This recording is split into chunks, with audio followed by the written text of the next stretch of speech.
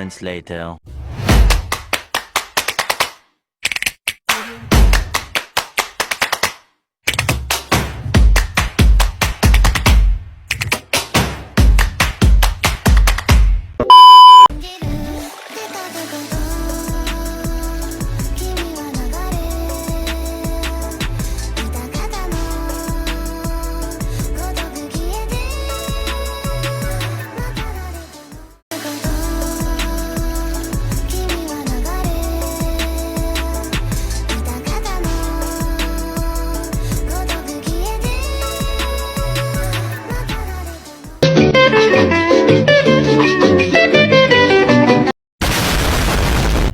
Assalamualaikum warahmatullahi wabarakatuh.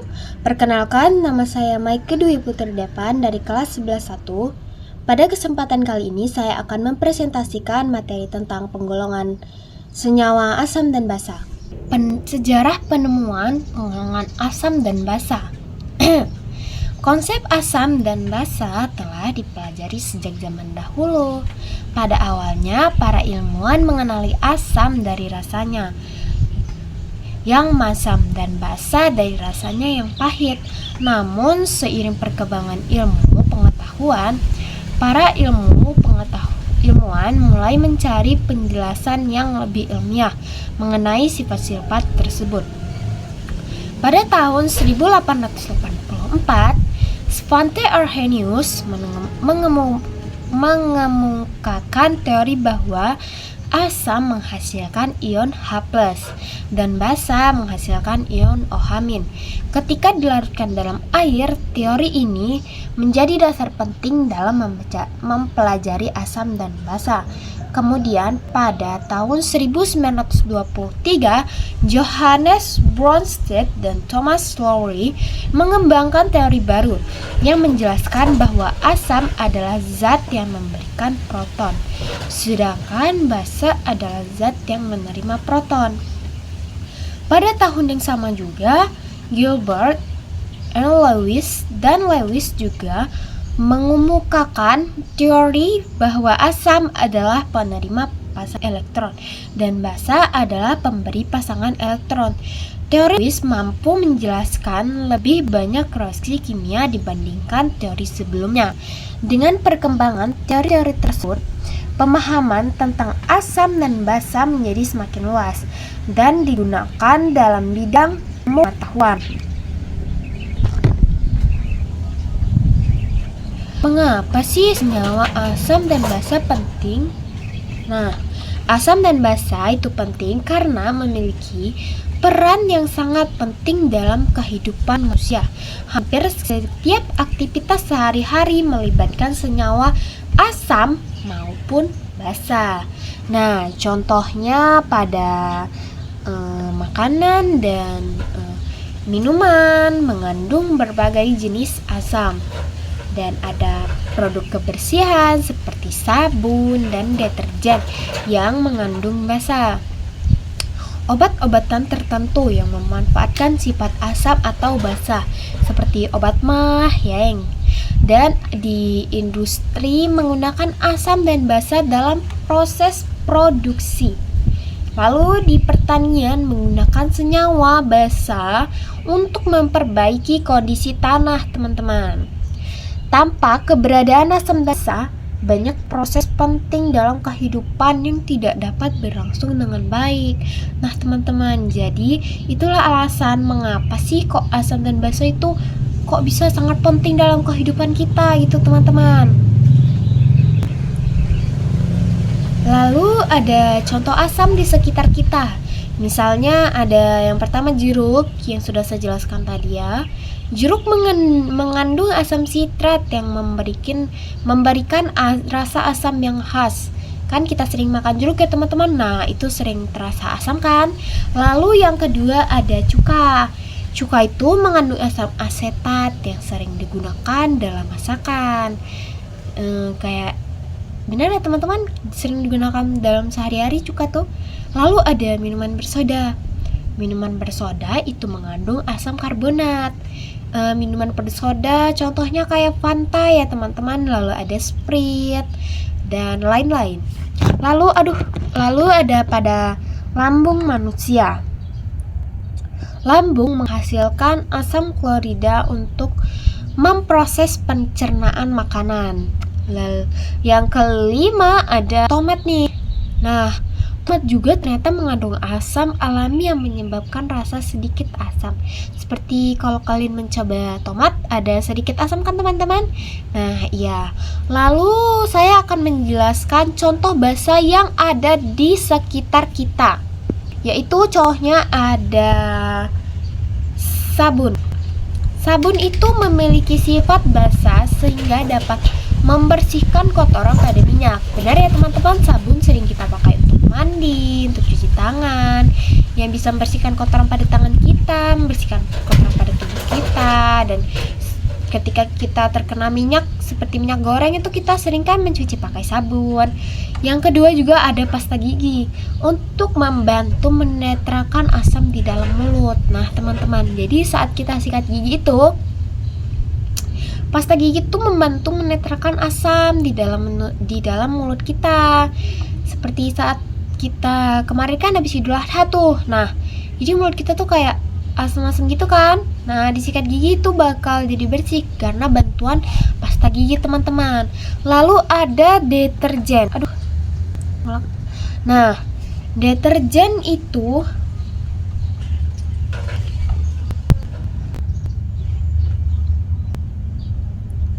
lalu ada juga deterjen. Deterjen digunakan untuk mencuci pakaian dan menghilangkan noda. Kayak misalnya kalian mencuci pakaian yang terkena noda, kecap, saus. Nah, itu dibantu dengan deterjen teman-teman. Nah, deterjen itu mengandung basa. Lalu ada yang keempat yaitu air kapur. Air kapur banyak digunakan dalam bidang pertanian untuk menetralkan tanah. Yang kelima ada obat mah. Seperti yang saya sebut tadi, beberapa obat mah yang mengandung senyawa basa yang dapat menetralkan asam pada lambung yang sering seperti ada penyakit asam lambung itu dia dibantu netralin dengan senyawa basa juga teman-teman ternyata.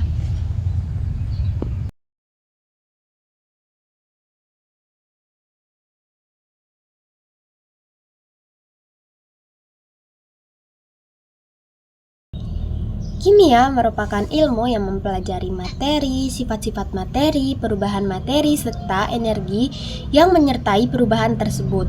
Dalam kehidupan sehari-hari, kita sering menjumpai berbagai zat yang bersifat asam maupun basa. Misalnya, jeruk memiliki rasa asam, sedangkan sabun memiliki sifat basa. Pemahaman tentang asam dan basa sangat penting karena banyak digunakan dalam kehidupan sehari-hari, seperti dalam kegiatan industri, kesehatan, pertanian, lingkungan. Oleh karena itu, kita perlu pengertian ciri-ciri, golongan, serta manfaat senyawa asam dan basa.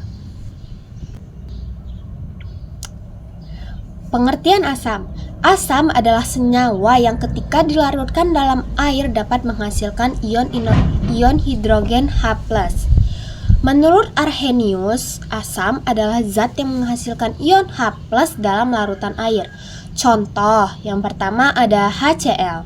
Jadi H+ ditambah Cl-. Dan yang kedua ada HNO3. Jadi H+ ditambah NO3-. Ciri-ciri asam. Ciri-ciri asam ada 7, yaitu yang pertama ada 1. Memiliki rasa masam. Yang kedua, mengubah kertas lakmus biru menjadi warna merah. Yang ketiga, memiliki pH kurang dari 7. Yang keempat, bersifat korosif.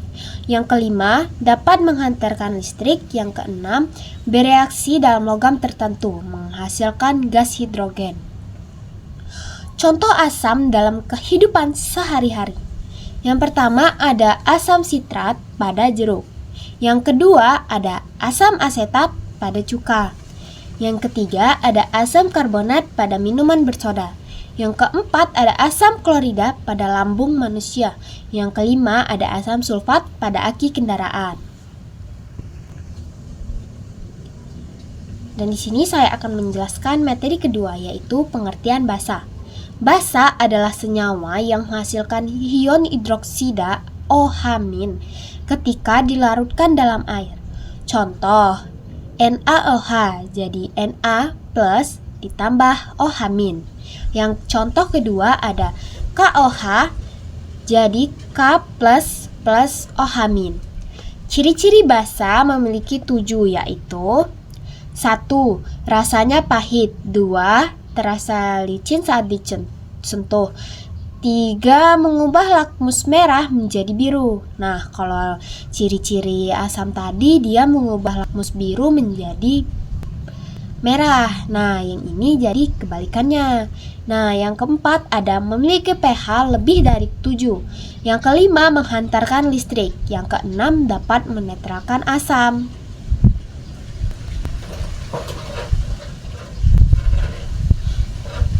Contoh basa dalam kehidupan sehari-hari yaitu ada yang pertama ada sabun mandi, yang kedua ada deterjen, yang ketiga ada pasta gigi, yang keempat ada air kapur, yang kelima ada obat mah tertentu.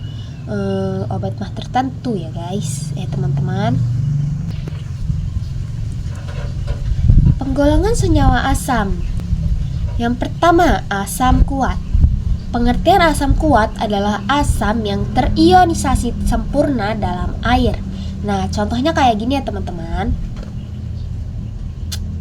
Contoh yaitu ada HCl, yang kedua ada HNO3, yang keempat ada H2SO4, yang kelima ada HClO4. Lalu ada karakteristik asam kuat, yaitu memiliki pH sangat rendah, ionisasi hampir 100%, menghantarkan listrik dengan sangat baik, dan bersifat sangat korosif. Kegunaan asam kuat yaitu HCl digunakan dalam industri kimia, H2SO4 digunakan dalam aki kendaraan untuk seperti motor agar berjalan gitu ya. Dan yang ketiga ada HNO3 digunakan dalam pembuatan pupuk. Lalu yang kedua ada basa lemah. Basa lemah adalah basa yang terionisasi sebagian dalam air. Contoh yaitu ada NH4OH yaitu amonium hidroksida, dan yang kedua ada AlOH3 yaitu aluminium hidroksida. Karakteristik basa lemah adalah daya ionisasi rendah, daya hantar listrik rendah, pH lebih rendah dibanding basa kuat. Lalu ada kegunaan basa lemah, biasanya digunakan dalam obat mah untuk penjernih air atau bahan laboratorium. Teori asam basa menurut para ilmuwan yaitu ada teori Arrhenius. Menurut Arrhenius, pada tahun 1884, ilmuwan Swedia bernama Svante August Arrhenius menyatakan bahwa sifat asam basa suatu zat ditentukan oleh jenis ion yang dihasilkan dalam air. Menurut Arrhenius, asam adalah senyawa yang melepas H+ di dalam air. Misalnya ketika HBr dilarutkan dalam air akan melepaskan ion H+. Basa menghasilkan ion H-. Contoh yaitu ada HCl menjadi H+ ditambah Cl-. Lalu ada NaOH menjadi Na+ ditambah OH-. Yang kedua ada teori Bronsted-Lowry. Menurut teori ini mendefinisikan asam sebagai donor proton H+ dan basa sebagai akseptor proton H+. Reaksi ini melibatkan transfer proton menghasilkan pasangan asam dan basa. Konjugasi asam yang kehilangan proton menjadi konjugasi dan basa yang menerima proton menjadi asam konjugasi. Pasangan konjugasi asam telah melepaskan proton menjadi basa konjugasi, sedangkan basa setelah menerima menjadi asam konjugasi. Contoh yaitu ada HCl plus H2O menjadi H3O plus Cl-. Nah, lalu ada teori Lewis. Menurut Lewis, asam menerima pasangan elektron dan basa memberikan pasangan elektron. Teori Lewis ini digunakan untuk menjelaskan reaksi yang tidak dapat dijelaskan oleh teori sebelumnya. Contoh yaitu ada BF3, AlCl3, lalu ada CO2, dan lain-lain. Basa Lewis molekul atau ion memiliki pasangan elektron bebas PeB yang dapat disumbangkan donor. Contoh NH3, H2O, OH-, dan lain-lain. Kelebihan teori Lewis yaitu menjelaskan reaksi asam basa yang tidak melibatkan proton H+, dapat menjelaskan sifat asam basa dalam berbagai pelarut bahkan tanpa pelarut. Yang ketiga, sangat berguna dalam kimia, organik, dan senyawa kompleks. Lalu ada indikator asam basa. Indikator digunakan untuk mengetahui sifat suatu larutan. Yang pertama ada lakmus. Lakmus biru menjadi merah pada asam, sedangkan lakmus merah menjadi biru pada basa. Yang kedua ada phenolphthalein dalam kurung PP. Yang pertama dia tidak berwarna pada asam, yang kedua merah muda pada basa. Lalu ada metiljingga. Metiljingga merah pada asam, tetapi pada basa dia menjadi kuning. Ada juga indikator alaminya. Contoh indikator alami yaitu yang pertama ada kunyit, yang kedua ada kubis ungu, yang ketiga ada bunga sepatu, dan keempat ada bunga telang. Nah, di sini saya memiliki percobaan sederhana, yaitu menyiapkan air sabun, cuka, ekstrak kunyit, lalu memasukkan kunyit ke dalam masing-masing larutan. Hasil pada larutan asam warna tetap kuning, sedangkan pada larutan basa berubah menjadi kemerahan atau kecoklatan. Oke, akan kita coba percobaan asam basa. Bahan yang kita butuhkan ada kapas, jeruk nipis, kertas gambar, 2 cotton bud, 3 gelas, 2 sendok, bubuk kunyit, dan juga bubuk deterjen. Mari kita buat larutannya. Yang pertama untuk larutan kunyit, kedua untuk larutan sabun, dan yang ketiga untuk perasan jeruk nipis. Larutan pertama yaitu larutan kunyit, di mana kita masukkan sedikit bubuk kunyit ke dalam gelas. Setelah itu kita tambahkan sedikit air ke dalam bubuk kunyitnya. Dan setelah itu kita aduk hingga tercampur rata. Larutan kedua yang kita buat yaitu larutan sabun. Sama seperti sebelumnya, kita masukkan sedikit sabun. Kemudian kita tambahkan sedikit air. Lalu yang terakhir kita aduk hingga tercampur rata. Oke, 2 larutan selesai, mari kita bereksperimen. Kita gunakan kapas ya untuk membasahi kertasnya. Usapkan larutan kunyit ke atas kertas. Apabila kapasnya terasa kering, tambahi lagi larutannya. Usap-usap terus sampai seluruh kertas tertutupi oleh larutan kunyit. Nah, sekarang mari kita gunakan larutan sabun untuk melihat perubahan yang terjadi. Wah, ternyata langsung berubah warna pada kertasnya. Ada yang bisa menebak nggak ya apa yang mau dibuat? Yuk, mari kita menghias teman-teman.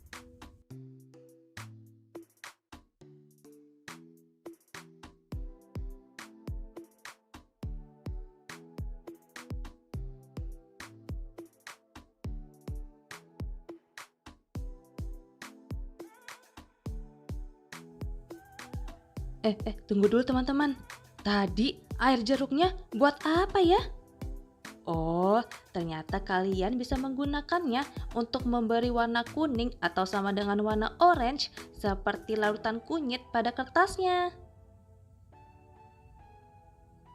Tuh, dia menjadi warna kuning, teman-teman. Oke, inilah hasil karya kita yang sudah jadi. Nah, Saya memiliki contoh yaitu membuat gambar kemarin saat ada tugas harian di sekolah. Ini dia guys contohnya.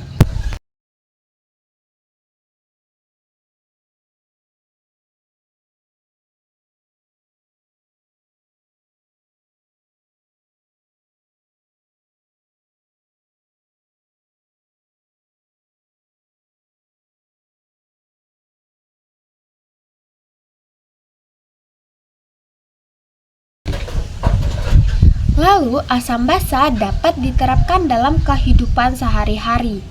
Contohnya pada bidang kesehatan. Basa dapat membuat obat mah biasanya mengandung basa. Lalu yang kedua ada vitamin C, mengandung asam askorbat. Yang kedua ada di bidang pertanian. Di bidang pertanian, kapur digunakan untuk menetralkan tanah asam dan ada pupuk tertentu mengandung senyawa asam. Lalu ada pada bidang industri. Di bidang industri, asam basa dipakai untuk pembuatan pupuk, pembuatan plastik, pengolahan logam, dan di bidang rumah tangga, biasanya asam basa ini ada pada sabun, lalu deterjen, dan pembersih lantai. Lalu ada dampak asam dan basa. Yang kita akan menjelaskan dampak positif dulu ya. Yang pertama ada membantu proses industri. Yang kedua membantu pengobatan. Yang ketiga membantu pertanian. Lalu ada dampak negatifnya yaitu hujan asam dapat merusak lingkungan sekitar kita teman-teman. Yang kedua ada asam kuat dapat menyebabkan korupsi. Lalu yang ketiga, basa kuat dapat menyebabkan iritasi pada kulit kita. Nah, di sini saya akan menampilkan latihan soal dan pembahasan. Soal pertama yaitu, kalian bisa menebak ya jawabnya gimana. Yang pertama soalnya adalah sebutkan 3 contoh asam kuat.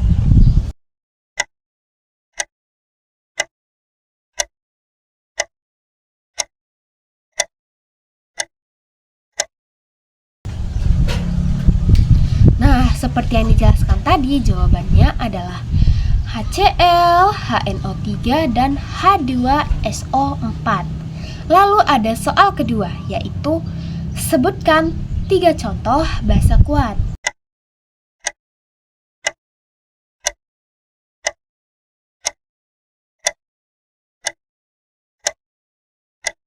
Jawabannya adalah NaOH dan KOH dan BaOH2.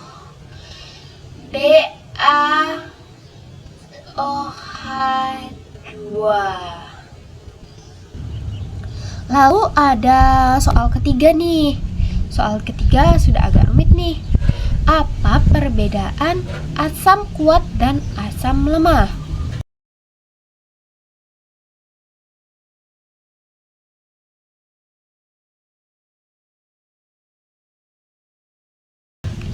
Seperti yang sudah kita jelaskan tadi, jawabannya adalah asam kuat itu dapat terionisasi secara sempurna, sedangkan asam lemah terionisasi sebagian. Nah, lalu ada soal keempat yaitu apa fungsi indikator? Jawabannya adalah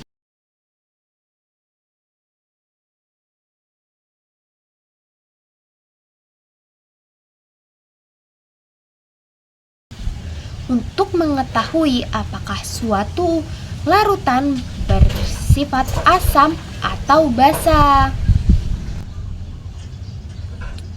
Dan ada soal kelima. Mengapa sih sabun termasuk basa? Nah,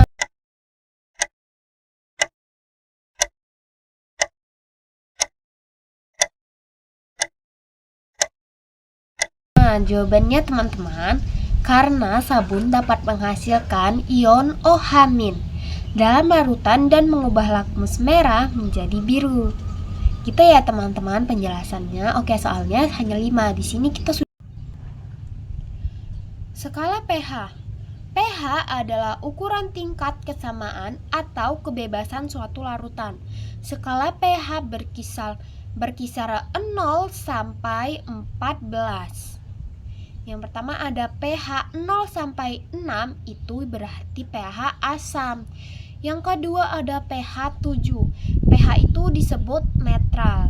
Dan pH 8 sampai 14 itu adalah pH basa, teman-teman. Contohnya seperti asam lambung pH 1 sampai 2, dan cuka itu biasanya mengandung pH 2 sampai 3, air murni mengandung pH 7. Netral artinya teman-teman. Lalu air sabun pH 9 sampai 10 dan NaOH sama dengan pH 13 sampai 14. Semakin kecil nilai pH, semakin kuat sifat asamnya. Semakin besar nilai pH, semakin kuat sifat basanya. Begitu ya teman-teman cara mengingat pH dengan mudah agar kita tidak lupa-lupa, teman-teman. Lalu saya ada reaksi netralisasi. Reaksi netralisasi adalah reaksi antara asam dan basa yang menghasilkan garam dan air. Contoh, HCl ditambah NaOH menghasilkan NaCl ditambah H2O.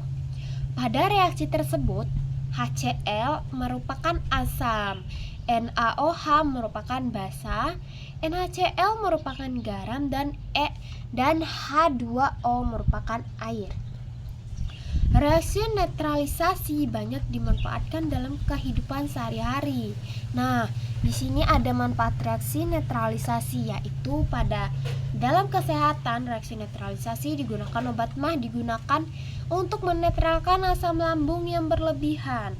Lalu ada dalam pertanian, kapur digunakan untuk menetralkan tanah yang terlalu asam.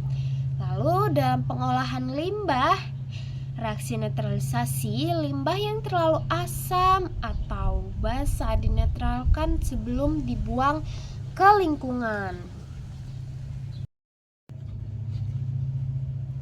Nah teman-teman, keselamatan saat menggunakan asam dan basa.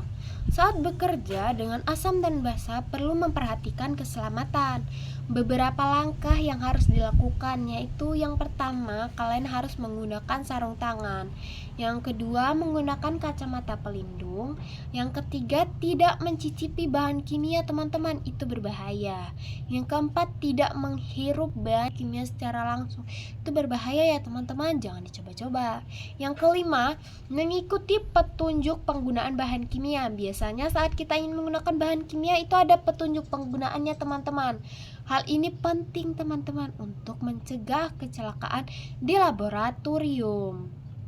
Jadi begitu ya teman-teman cara menggunakan bahan kimia secara aman dan nyaman agar tidak terjadi hal-hal yang tidak diinginkan nih teman-teman. Udah sampai di rangkuman aja nih. Nah, di sini saya akan menjelaskan rangkuman dari presentasi atau menjelaskan materi yang saya jelaskan sekarang, penggolongan senyawa asam dan basa. Rangkumannya yaitu ada 1. Asam menghasilkan ion H+, ya seperti yang kita jelaskan tadi ya teman-teman, kalian bisa menonton ulang video ini. Lalu ada kedua, basa menghasilkan ion OH-. Yang ketiga, asam dibagi menjadi asam kuat dan asam lemah. Yang keempat, basa dibagi menjadi basa kuat dan basa lemah. Yang kelima, indikator digunakan untuk menguji sifat asam dan basa. Nah, ini yang ada di soal tadi kan teman-teman. Yang keenam, ada asam dan basa memiliki banyak manfaat dalam kehidupan sehari-hari.